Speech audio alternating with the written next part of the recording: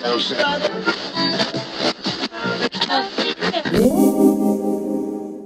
your hand if you're a local business owner. Okay, now raise your hand if you frequent local businesses. Alrighty, now raise your hand if you're unemployed. And lastly, raise your hand if you know anybody who's struggling to find work here in New Mexico. Now I know many of you are watching this alone, or maybe in some sort of mixed company that isn't watching this video, which might make the hand raising thing a little awkward. But if your hand is up, I can promise you that you are not alone. We need help around the state when it comes to job creation and giving small businesses a fair shake.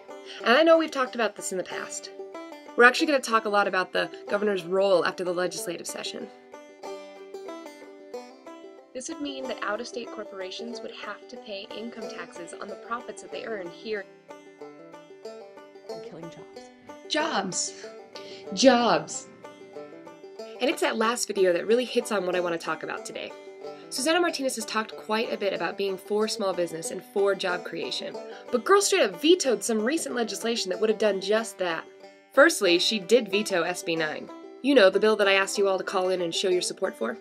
Many people reached out to the governor asking her to pass this. It was the bill that closed a tax loophole that lets out-of-state corporations avoid paying income tax, while local businesses have to pay on every dollar that they earn.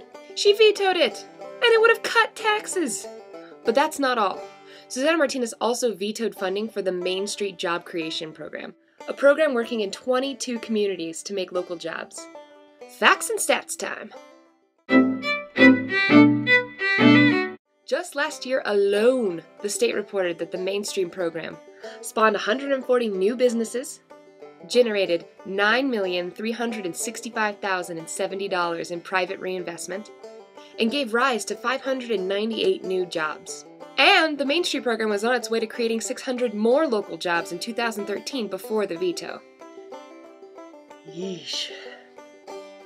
Now, I'm not much of a boxer, but that seems kind of like a 1-2 punch. No tax relief for the businesses who need them, and then no funding for a program that was actually creating local jobs. This concludes Facts and Stats time. There's one more veto the governor made that plays into this whole business thing. She also cut $100,000 in excellence training, assessment, and assistance for New Mexico businesses. Dang, y'all! Now, when all of this came out, the governor released a statement saying, "Let me be clear, every project in this legislation likely has merit. A line item veto does not indicate my feelings toward the worth or the value of the project. My job is to ensure that we are spending capital dollars in the most responsible way possible." But what's more responsible than doing what you say you're going to do and helping New Mexicans and New Mexico businesses prosper?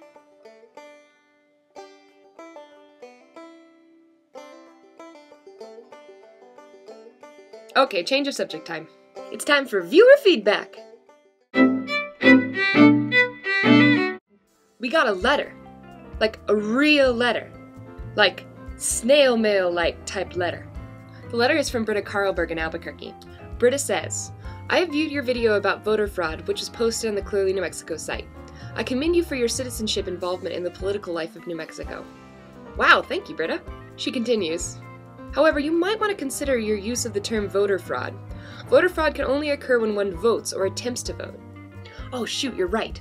A few weeks ago when I talked about the man who registered his dog to vote, I called that voter fraud. When in reality, that's voter registration fraud. It wouldn't have been called voter fraud until that dog had walked up to a polling place and tried to cast his vote. Which, while still illegal, would have been really very adorable.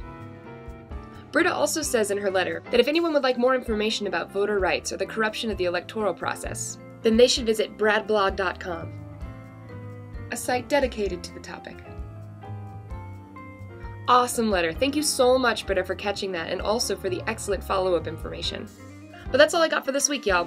So go ahead and share this video, like my Clearly SK page on Facebook if you haven't already, comment, and, you know, if you're feeling it, write me a real letter. That was the coolest thing ever. A real letter. And I will see you guys all next Wednesday.